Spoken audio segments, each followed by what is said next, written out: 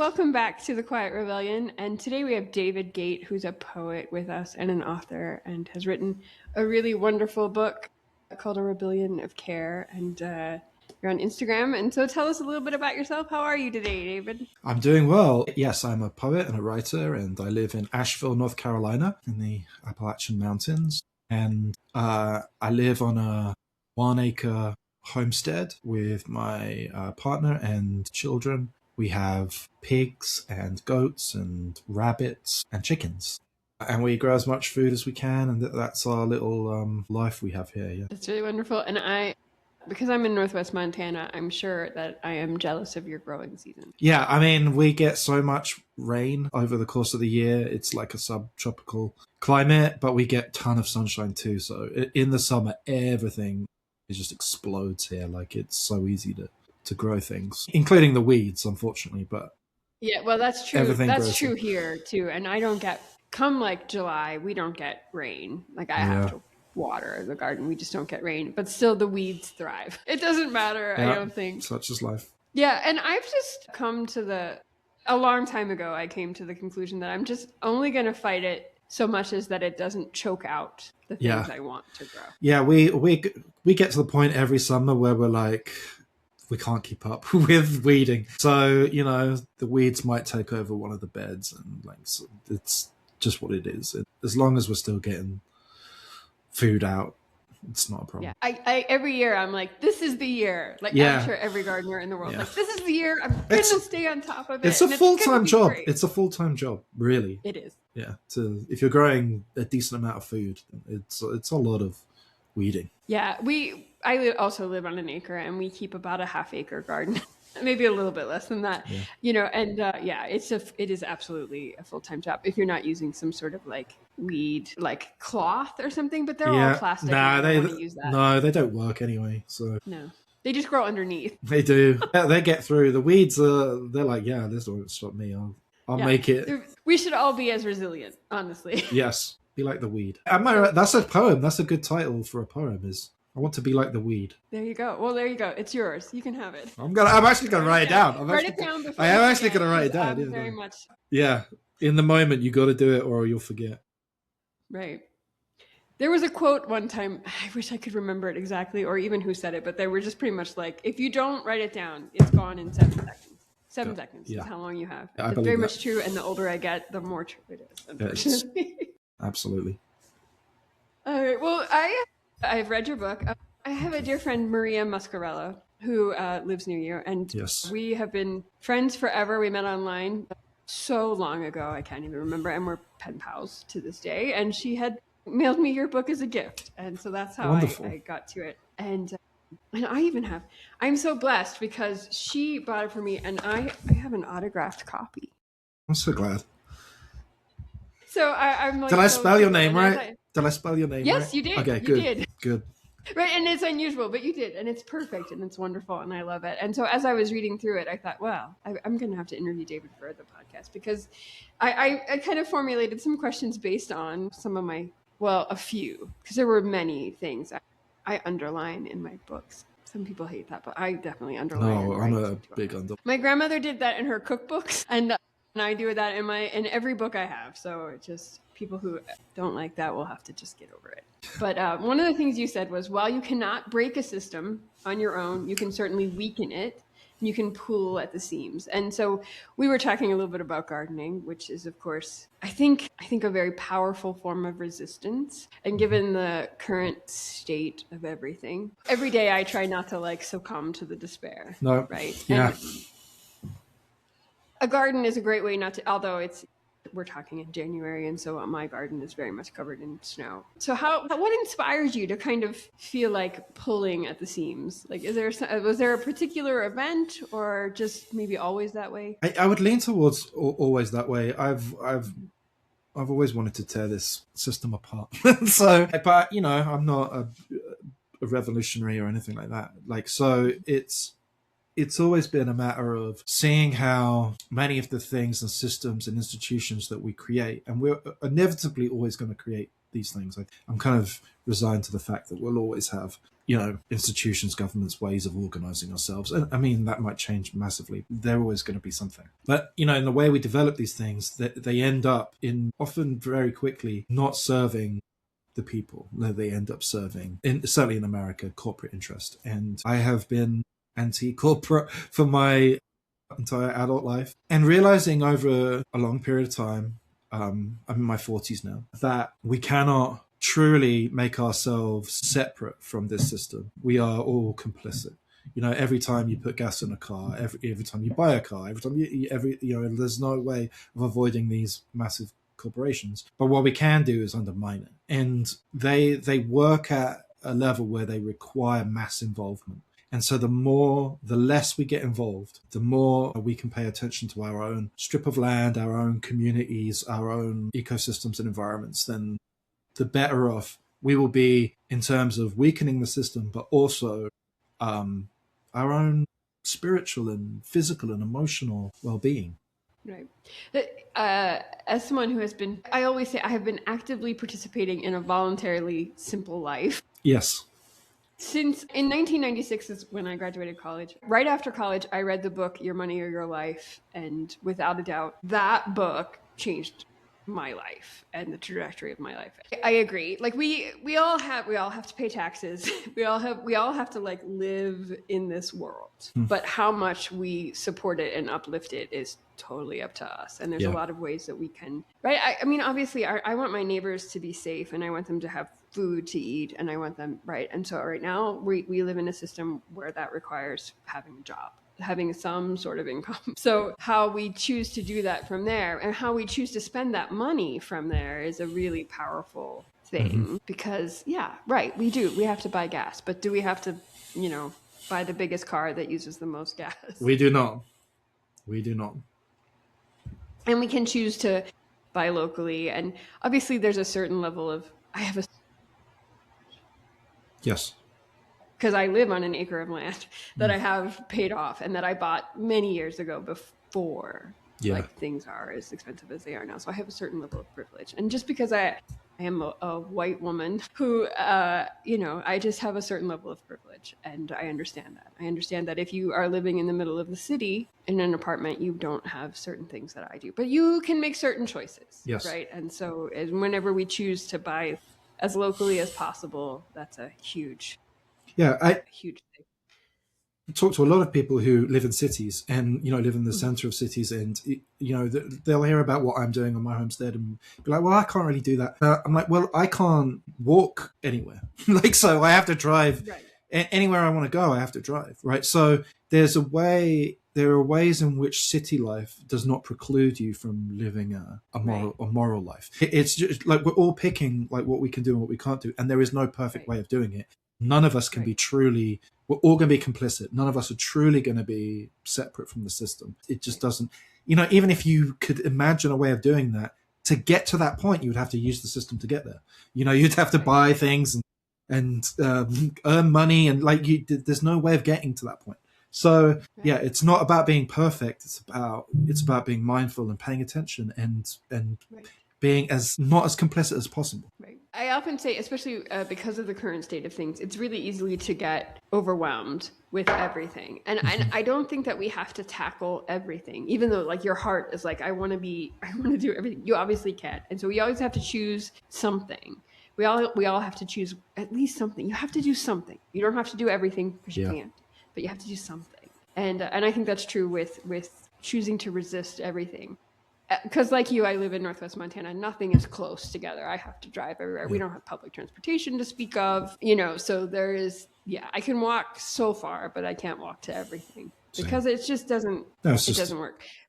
Yeah. Impossible. Whereas if I lived in a city, I probably would walk everywhere, but maybe I wouldn't have a garden. So, you have to choose your battles. And how would you encourage someone to choose a battle? Like, how would you encourage them to pick a small action or two? I really believe in following your conscience on these things. And so, one of the things that I keep coming back to that, perhaps some other people who have similar beliefs to me, is it doesn't, bother them as much, is like plastic is a thing that I hate disposable plastic. And so I try and avoid it in everything. So like I write poems and I print poems and we send them out to people. And the best way to do that in terms of making sure it didn't get wet or would be to wrap them in plastic. But we just don't do that, so we kind of just take the risk that they might end up, we might have to replace them. And so it's a way of doing it, a way of being. And disposable plastic is something I'm trying to rid my life of, and it's so hard to do. Like, everything comes in plastic. It is really hard, yeah. And it's really, but we're finding ways of doing that, buying in bulk, and getting refillables. And there are companies out there that feel similar to me and so forth. So it's about conscience. Like, so the way I feel about that is, like, I have vegan friends who feel very much that vegan is the moral way to be, and I don't disagree. Like, I think, I totally get it. I certainly get it from an environmental standpoint, and also in terms of how this mass system treats animals. I absolutely get it, but I don't feel any kind of drive to be vegan myself. I want to make sure that everything I eat comes from ways that I deem to be moral, and so that's why we, all of our meat and eggs and milk is we do ourselves. And so we know how the animals are treated, and we know what kind of lives they have, and we know how valued they are and how grateful we are for the whole process and not putting anything to waste and all that stuff. So it's about conscience and working out what you can do and what you can do where. It's totally fine to start small. It's totally fine to just make one change in your life, and following your conscience gets addictive. And like, when you keep following it and you keep doing it, and you have the experience of, I made this change in my life that made my life slightly more inconvenient, but my whole spirit feels better and I feel more connected to the world and my life and the community, then that inspires you then, like, I can make another change, and I can make another change, and I can make another change. And so much of it is about letting go of convenience, and we're all so tired, we're all so exhausted, like that. The idea of losing our conveniences and our little joys, like our little, get a coffee every morning joys, it feels very difficult to lose or change those, especially if it's something we really do enjoy. But really, I think the underlying conscience will eat at you over a long period of time. So make those small changes. That would be my advice. Right. The one thing that you were saying, and it reminds me often, that there's a lot of nuance. The way of social media especially is that nuance is just absolutely murdered. Yeah. Like, because you can't have nuance in a 15-second reel, or like a small slide of a poem that doesn't, you can't describe nuance in a poem that's 4 or 5 lines, right? Because you just can't. But there is a lot of nuance, and sometimes, veganism, because when you're talking about veganism in particular, yes, there is a lot of reasons to be a vegan, and then sometimes there's a lot of reasons not to be, but you have to pick your battle, right? And so you have to choose to eat as ethically as possible. Yeah, and I have a friend who does vegan plus bacon, and I have another friend who does vegan plus eggs. And it's that you don't have to be perfect. You don't have to. That's not the goal. Isn't moral perfection. Like, the goal is not to. And you are not going to change this whole thing. You're not going to stop climate change on your own. You're not going to. And so it becomes about, okay, what changes can I make to do good? And I can live without red meat, but I can't live without eggs. Then make that decision. That's right. Right. That's right. And sometimes, again, because I happen to live in the Great White North, so it may be better, for me to eat a local, well-raised cow, right? Yes. Which is what we choose to do, than to eat some sort of vegetable protein that comes in a plastic bag that's been picked here from a plant from far away. Yeah. So there is a ton of nuance, and we all have to you have to learn to get comfortable in the nuance, and again, know that you're never going to be perfect, and you can't be. Don't, let it go. Let the perfectionism go, because you'll actually find more joy. And I actually think, you said about the convenience, I actually think if we all just lived slightly more inconvenient lives, we might actually be a lot happier. Yeah, for sure. Like, we all think that, like, getting rid of all the friction in the life is what would make an easy, great life. But, that's just not true. It's just not true at all.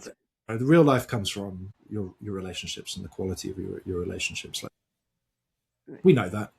That's not, it's not, there's no revolutionary thinking going on there. We've been talking about that since we've been able to write.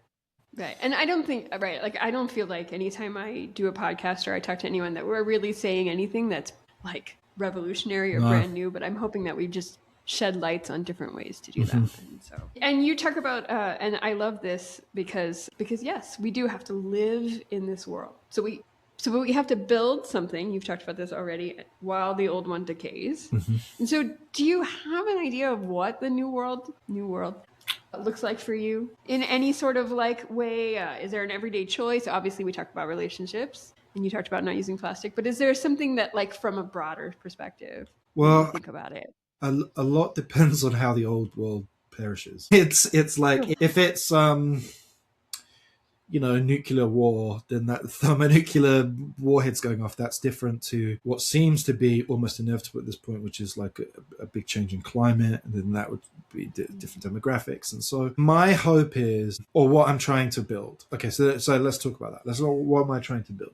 I'm trying to build something that is far more communal, far more about collectivism than individualism politically, and without losing the dignity of the individual. And so like they're the two things that I want to see going forward. I want to see the dignity of the individual. I think we've made a lot of progress in that, like in terms of, I know that they're trying to get rid of these things all the time, but with trans rights and with gay marriage and so forth, like we've made a lot of progress on individuality, and we've made a lot of progress on self-care and looking after yourself and wellness, and I don't think those are bad things necessarily. There's a lot of problematic people in those worlds, but a kind of greater sense of great understanding of who we are, like a greater understanding of our neurodivergences and all of that. I think is truly wonderful in terms of preserving the dignity of individuals. But we have but at the moment it's kind of like within our very individualistic way of looking at the world, and so we need to take that human dignity and start applying it to other people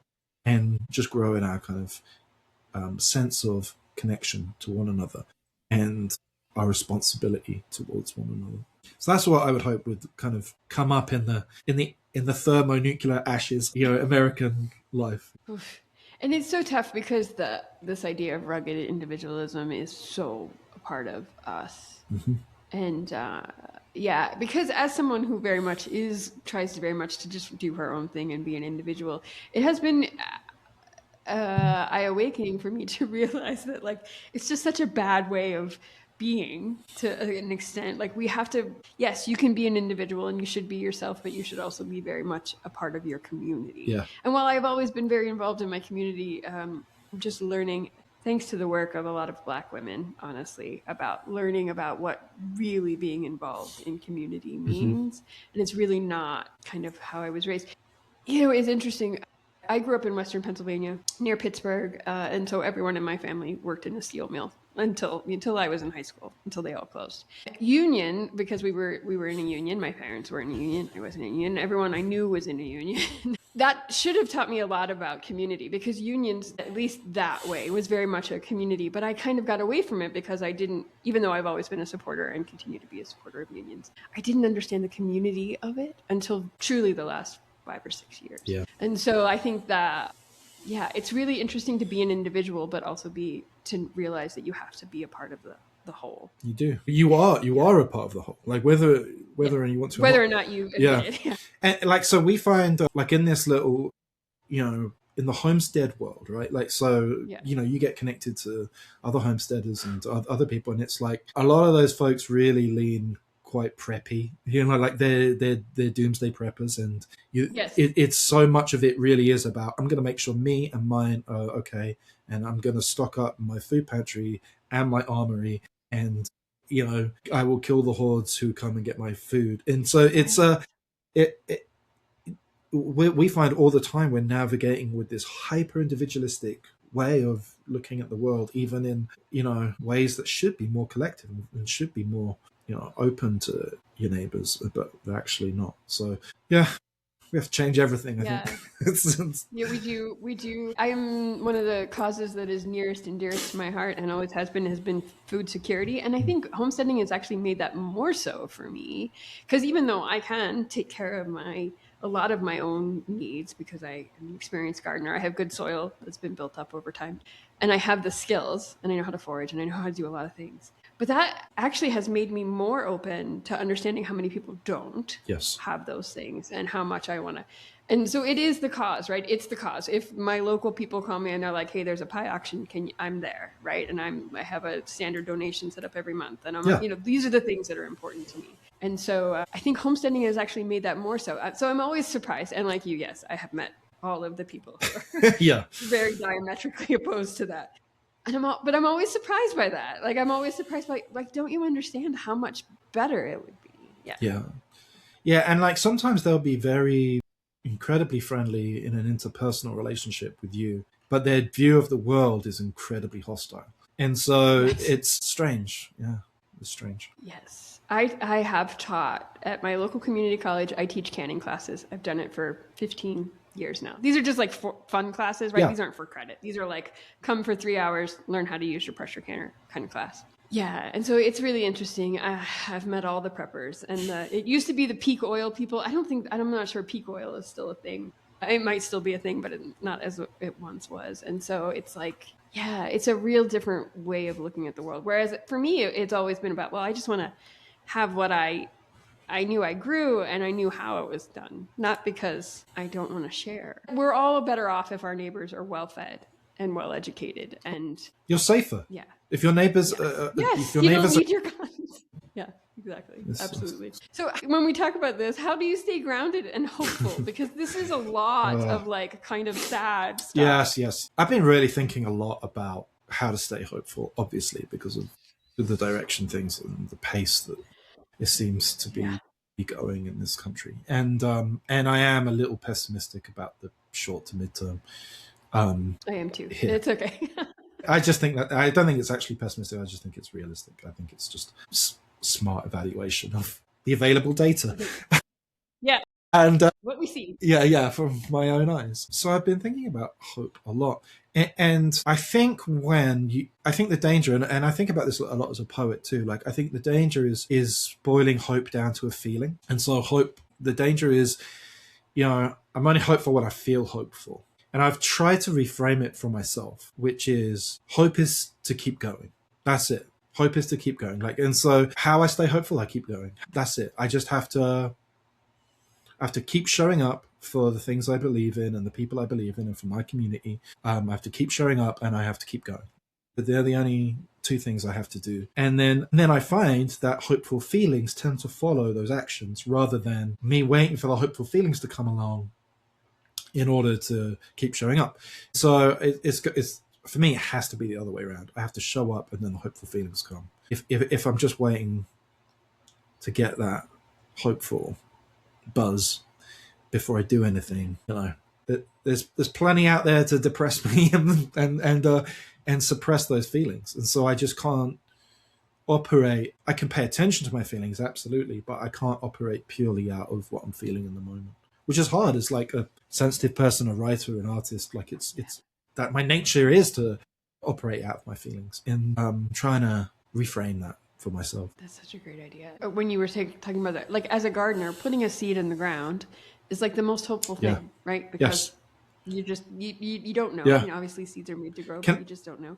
I have a poem about that. Can I read a poem? Yeah. Can I read a poem about Yes, please. Okay, so this is one of the first poems in the book, and it's called The Good I Can Imagine, or The Good We Can Imagine. This kale seed I am planting in the soil feels like throwing a pebble at a panzer tank. It is a tiny act of defiance against the oil-dependent insanity of our food chain. But still, I must kneel in the dirt and do what good I can imagine, like forgiving someone who believes they did nothing wrong, like a prayer for the dying. So I mean, and that sums up exactly what you're saying. Like getting out in your garden and planting a seed is a ridiculously hopeful thing to do, because those jackrabbits are going to come and the droughts are going to come and the weeds are going to come, and it's all of that stuff, but you keep doing it, and nothing teaches you hope like gardening, I think. It's true. And since we were talking about community, locally, the food pantry that I love, they also run a local seed library, and it's one of my favorite things to do. And we grow a lot of winter squash. It sustains us through the winter. Obviously, winter squash have a lot of seeds inside them. I dry every single one of them, and every once in a while I just pack them all up into a little envelope and drop them off at the seed library. Like there's just this hope about that, right? Like I am sharing seed from things that I know grow well in our climate that people can get for free. They don't have to like buy or support, even though there are wonderful seed companies, right? And even though I save a lot of my own seed, don't get me wrong, I buy plenty of seed too. Yeah. There's the seed catalog is always the most tempting thing that comes to our house. Always. And so, but there's just like this hope that's in that. And also the support of our communities. Yeah, I love it. Is gardening, what else kind of catches you when you start to maybe feel a little less hopeful and can't find an action to make you feel a little well better? I mean, for me, the creative act is probably the most hopeful act in terms of my own self and my, that's not necessarily a communal act, but it's very much keeping myself sane, alive, paying attention is creativity. So I find that whenever I am anxious, depressed, hopeless, at the edge, like if I can find a way of creating something, if I can find a way of writing something, it can just be a few lines. Or sometimes, I'm not a very good visual artist, but I like to play with that. And so even just going into my little office here and playing around with something visual, like to create something, like for me, is an incredibly centering, healing experience and brings incredible purpose to my life too. Like it is doing it for the sheer joy of it, but also, as I do share my things, but a lot of my things publicly. And so, yeah, it becomes this interaction with the world as well that is positive, which is like I'm offering something broader than just to me or my kids or, my friends out into the world that feels incredibly fulfilling and really does get me out of the Right. And do you have, because I know that obviously this is also a form of income for you, it's kind of a job, Yes. right? I mean, yes it's a job. So, but you're also very creative in other ways, not just what you're doing for your job. But do you have like a practice? Like, so do you sit down every day or do you just kind of when the muse strikes, or because the muse is always a temperamental thing? Yes. I am collecting the entire time. So like the little thoughts, little ideas, little things I notice, I'm collecting the entire time. And then when I have like the impulse to like work and develop something, then I just follow that impulse according to like what I want to do, what's interesting me, and then I will finish something and spend time on it or get it further down the line to being finished. And then that's slightly different if I have projects that I have deadlines, and I might set a time aside to like really deliberately finish things or deliberately work on an idea that I've been putting on the back burner because it's hard or I'm busy. Like I will then craft that time. But I am not a writer that's like, oh, I'm writing from 6 a.m. till 11 every day. Like I don't work well that way. Like I hate the blank screen.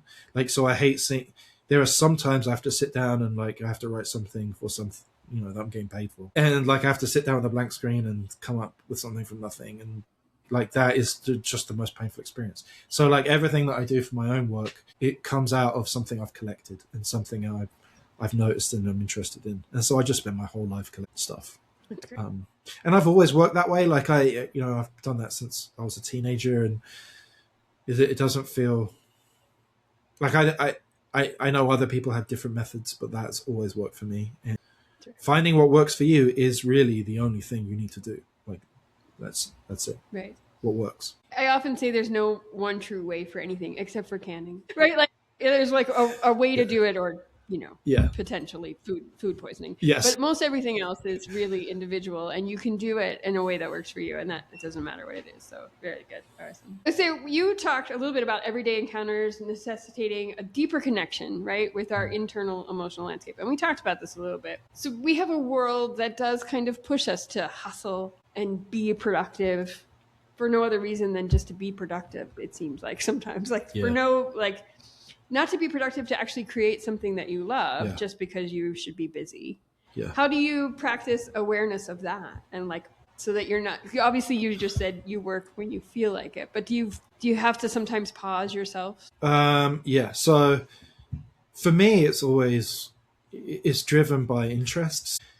there will be times where I'm really interested, and I'm not particularly ADHD, but like I guess this is something I see in my ADHD friends a lot is starting 5 things and not finishing any of them. And so so that be when I get overwhelmed sometimes, if I feel like I've started a bunch of things, haven't finished them, or I have like so many ideas on the go that I'm not really doing any of them justice. That's when I have to kind of employ mindfulness and focus and, okay, let's hone in on the one or two things that are immediately in front of me that I can move forward with. And that's difficult because so much of it is chipping away. Like, so you could, when you have a creative life, like you could really be doing it all the time, especially if you enjoy the creative life, which I do. I really love it. And so part of it is letting myself go in there and not, because I enjoy it. So it's not really like productivity or hustle. It's like, I'm just enjoying this life by making things. Yeah, but then not judging like my output. So like not judging like, I have to have a book out in a year's time, or I have to have this many followers, or I have to, get into this publication. Those kind of arbitrary outside external goals are not really very helpful. I don't think, they can get you to a certain point. Maybe they can drive you if you lack drive, but I don't really lack drive to make and create. So yeah, I kind of, that the too many things at once is the overdoing it for me, rather than putting too many hours into hustle. Right. Most creative people I know would probably say that. Most people who are creative, no matter what the art or the craft is, whether it's writing or pottery, or they would say that it is just, there's always another idea. And I know I'm very much that way. There is always a new idea or a new thing. And I have to sometimes remind myself there are only so many hours in the day, right? This is the year I'm going to like dye things with mushrooms and make everyone pajamas. I'm not going to do that. The idea sounds great, but there's just too many other things in my life. And I can't. You can't fit it all in, so you have to choose sometimes. But there's definitely, every creative person I know has a million ideas and can't get to them all, which is that's fun. You just have to not let it overwhelm you, and you have to kind of extend yourself a little bit of grace, which you talk a little bit about in the book too. About like if we want a compassionate world, we have to be compassionate with ourselves. And I find it always more difficult to be compassionate with myself, of course, than I do with others. Do you? And I imagine you do too. Yeah. There's a poem in the book about, it's called The Rarest Vintage, offering yourself the kind of kindness that you only reserve for others, and uses the metaphor of like a nice bottle of wine that you're keeping for when others come around. Don't do that with kindness. Like drink from the well of kindness every day. like be kind to yourself and generous to yourself. I have to remember it sometimes, especially when things get really busy. The way I would talk to myself, I would never I would never push someone else to like be constantly busy or getting all those projects done, so I have to do it. Well, and also I think but ultimately, when at our pressure situations, we often then do expect. Then sometimes it sneaks out where we do talk to others in the same way we talk to ourselves. And we do put like perfection standards on the people around us. And it creeps out when you're most angry or most tired. Right. And what it really is like your own self, your own horrible way that you talk to yourself sometimes spills out and creeps out into other people, and that can shock people because you're normally a nice person. And so I've realized that when that happens, it's really stemming from my own unhappiness with myself and my own frustration with myself that then creeps out into, oh, you didn't do this properly. And that's very easy for me to do. So I have to pay attention to how I'm talking to me. Yeah. I know, and it's funny because it really does creep out the most with the people that you spend the most time with and that you love the most, right? Because absolutely it will creep out with my husband more often. And it just happened. It's so funny because it really just happened just the other day. Of all things, it was just building a fire in the wood stove. and I did something. Anyway, it was just one of those things. And I was just like, ugh. As soon as I said what I said, I was like, it's easy enough. We've been together 26 years. You know what I mean? We're fine to like, I'm sorry, I shouldn't have, and it's fine. But it's just, it always creeps out with the people that you spend the most time with, not with strangers, which is sad thing, but it's very true of the human condition, right? You know, if a waitress spills a pop on me, I'm not going to be angry or upset about it, but my temper might flare at home, where when it shouldn't flare with anyone over something simple, but it often does. I think, at least for me. Ugh, well, we just have to learn to say I'm sorry and mean it and do better. One of the things that you say in the book, and I love this, and I've been thinking about it a lot lately, our lives are being siphoned of goodness and refilled with plastic, sugar, and debt. And my goodness, when I look at social media, that is what I see more often than not, right? Is plastic, sugar, and debt. Because the ads, especially, that I'm fed, and it's funny because I don't shop on Amazon and I don't really do much online shopping at all, but I get a ton of ads for like every like kitchen gadget, I guess, because I look at a lot of recipes and food things, right? So I get ads for kitchen gadgets and things, and I'm just like, why in the world does anyone need that? Yeah. And so I feel like this is one of the things. So what does goodness look like for you in your daily life, so that you're not allowing it to be siphoned off in these ways? Well, I think when I wrote that, like, I was really thinking about how little time we are afforded by the kind of standard of living that we have and the expectations of work that we have. The 40-hour work week, which is often a 60-hour work week, plus traveling, and then we have to look after our homes, and we have to, you know, so that we really don't have any time to put into things that are good and fulfill us. And I'm not just talking about, you know, so then we end up defaulting to like the lowest level forms of enjoyment. So we default to binge watching TV, because that's, you know, you just sit on a couch and do it. And so, whereas so many of the other things that like maybe we would enjoy more, outdoor pursuits or sports or, you know, gardening or like whatever it is, we don't end up doing because our margins have been very deliberately eaten away by our system. So, you know, every time we have a margin of money or time, we are bombarded by companies to spend that money and use that time to have our attention taken. And so, and of course we participate in that. Of course, all of us are not innocent in that. Like, yes, we are attacked in that way, but, you know, we often don't resist. And so it's because of this, the path of easiest, you know, before it's the path that's easiest before us. And so, yeah, that's what I'm thinking about. I'm thinking about how to steal back the margins, like to actually reclaim them. And some of that will take effort, and some of that will take systematic change, and some of that will take personal change. Some of that will take inner work. But still, whatever it is that we have to do to reclaim those margins of our life, we need them back, like, because we're squeezed. I love steal back the margins, because because we are, a lot of us are so very forced into working and commuting long hours and whatever. And there's so much burnout. And when you're burnt out, like, the idea of doing anything that might be inconvenient probably feels incredibly overwhelming. Yeah. Like, I mean, yes, I very much like to be in the kitchen and I like to cook. And I know that's not everyone, but like for me, like making a loaf of bread is just like, there's nothing that calms me more, honestly, than just being in the kitchen, other than maybe being in the garden. But this time of year, Yeah. For me, things switch. In the warmer growing season months, I'm outside all the time.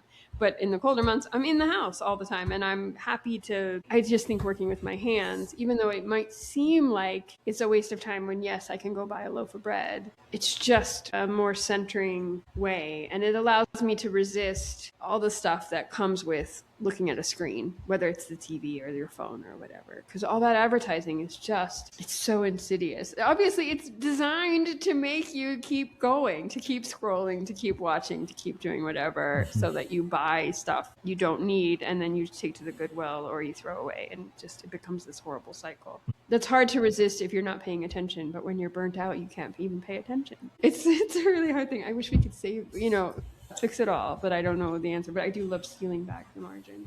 Do you have advice or a tip for somebody who might be wanting to like steal back from the margins? Like, do you have any like little, I mean, obviously we talked about like doing what you enjoy and following your conscience. Is there something else that you would suggest? Yeah, so I think you have to take real inventory of your time. And, you know, with those of us who have like Apple phones or whatever, we get a little screen time report at the end of every week, and it's always horrifying. And, you know, just as much as you can to claim back from that, I think is a good thing. And inventory, like, where in your life are you just doing things in order to please or impress or fit in to people that aren't you? Like, you know, whether it, so much of it is, you know, can often be like community expectations or social media expectations, or even like, you know, just what your parents expect of you. You know, it can be very hard to let go of that. Like, who are the people in your mind that are, you know, judge you? And, you know, because I think we all do that. We will create, you know, judgments from other people, and then they end up shaping our lives. And sometimes those judgments are real and actually exist. You know, sometimes those are actual social expectations or family expectations or whatever, and you have to actually cover them. A lot of the time they're not. A lot of the time they're just, you know, kind of existing in our paranoid brains. And so it's really taking inventory of yourself. It's like, where am I expending energy in ways that is, you know, not serving me and not serving the things I believe in, and then making that decision to switch. Right. And I think it's important to remember, like, we all have these things where we want to switch. It's not always comfortable, but you know, a little uncomfort, a little discomfort won't kill you. No, and It's a muscle. yeah, I it really firmly is. believe it's a muscle. Yeah. Yeah, like to be comfortable with people being annoyed, being comfortable with people being disappointed in you. You have to really, there's no way to live your life truly to the things you really believe in and want if you're not willing to disappoint others. You know, you basically have to. There's just no other way. So yeah, get used to it. Yeah. And just build the muscle. I've Yes, said this it's a in muscle. other It's a episodes of muscle. the podcast. Yeah. It's just like running a marathon. No one starts out on their first day running 26 miles, but they build up to it. And it's honestly the same thing. Start small, do what feels the least uncomfortable first, Yeah. and then build up to the other stuff. Great. Well, David, is there anything else you want to tell us about A Rebellion of Character? I loved the book. I love the Thank ideas you. so much. I would say that I really wrote it, you know, as I said, I'm a little pessimistic about the short to medium term. So I wrote it with like now in mind. So like the way things are going and what is happening, like this is a book I wrote for you for now. And as things are changing, as we're going to have to rely less on the institutions that we have relied on and more on each other, like it only becomes more true every day. And so, yes, I would encourage you, if you're looking for something, and something that isn't just practical, you know, that isn't just discourse, that isn't just complaining, that, you know, something that is artistic and really kind of speaks to you emotionally, like that's poetry, and that's what most of the book is. So I would encourage you to seek it out. And this is, I've never asked this on the podcast before, but since you're a poet, I'm going to ask, who is your favorite poet? Because I don't really have a favorite poet. I have favorite poems. And so I can tell you some of the people I greatly admire that are working now, which are, so there's like, you know, like I love Mary Oliver and I love Wendell Berry. Some of the classics. I love Neruda, you know, for romance and so forth. But in terms of people working the bulk of their work now, Ada Limon, who was the Poet Laureate of the United States, I just think she's so good. I love Maggie Smith. Just, you know, her best poems are as good as anything out there. Who else off the top of my head? Ocean Vuong, his ability with language is really beautiful. Time as a Mother is a great book. So there's not probably a homesteader alive who wouldn't say Wendell Berry. Yes. I mean, The Unsettling of America, for me, which I read like a month after I moved to Asheville, was really direction setting for the next 10 years of my life. But, you know, for sure. Wow, like The Unsettling of America is a really great book worth reading. Yes, absolutely. Well, I'm going to say anything by Wendell Berry is worth reading. Agree. Like, just read his whole catalog. And Molly, just everyone. I love to read, and I'm constantly finding new things, and poetry has been a part of my life forever. So I thank you for that. I'm really appreciative. Now, tell everybody where they can find you online, because I know they're going to want to come follow you. Okay, so where I hang out most often is on Instagram, and that's at David Gate Poet. The same name for my Substack. So I write a weekly newsletter, which goes a bit more in depth into various ideas and things that are going on in the world. And that's on Substack at David Gate Poet. I have, if you like any of my poems, or you see any of my prints or works that or you'd like to get the book, then you can go to davidpoet.com, and I sell all of that there. Like, I hand type poems, and so you can get them from my typewriter straight from me, and I sign them and all that stuff. So those are, that's where to find me. And people can buy the book, probably any book. Yeah, you can buy any books that are, you can buy it on Amazon. I don't want you to. I want you to buy it from your indie bookseller or from me. That would be wonderful. Right. Yeah, let's please not buy it from Amazon. Please, buy it from you directly. Yeah. I know everybody's always like, well, it's so easy. I've not bought from Amazon in years and years and years. And if I can do it, you can do it. Yes, too. it's not. That we can all. It's actually not that hard. It really isn't, and your independent bookstore needs your support. For sure. Because otherwise we're not going to have them. And I just can't imagine a world without bookstores. I just can't.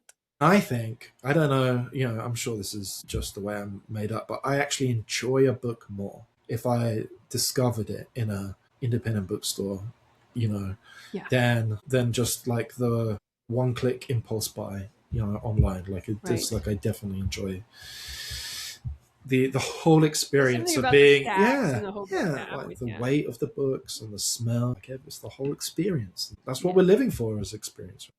And I'm going to say the same thing about the library. So if you can't afford to buy books all the time, I love to just walk through the stacks of my library, and I have found plenty of really wonderful books just because the librarian, has turned it this way instead of this way, and I see the cover and the title grabs me or whatever. And so absolutely walk the stacks, pick a book. It's a much better way to spend your time. For sure. Than scrolling social media or anything else. For sure. Love a book. I never really got into ebooks, and I'm still not. I just will always prefer an actual book. I did for a very short period of time. It was just very convenient for a while. But it got to a point where I was like, they cost the same. So I would rather have the book, and I would rather support the bookshop, and I would rather, it's much easier for me to share books that are actual real books than it is for me to share an ebook as well. So that's true too. Yeah. I much prefer it. Yeah, so I don't do it anymore. Yeah, I'm with you. Well, I appreciate your time so much, and this was a lovely discussion. Thank you so much.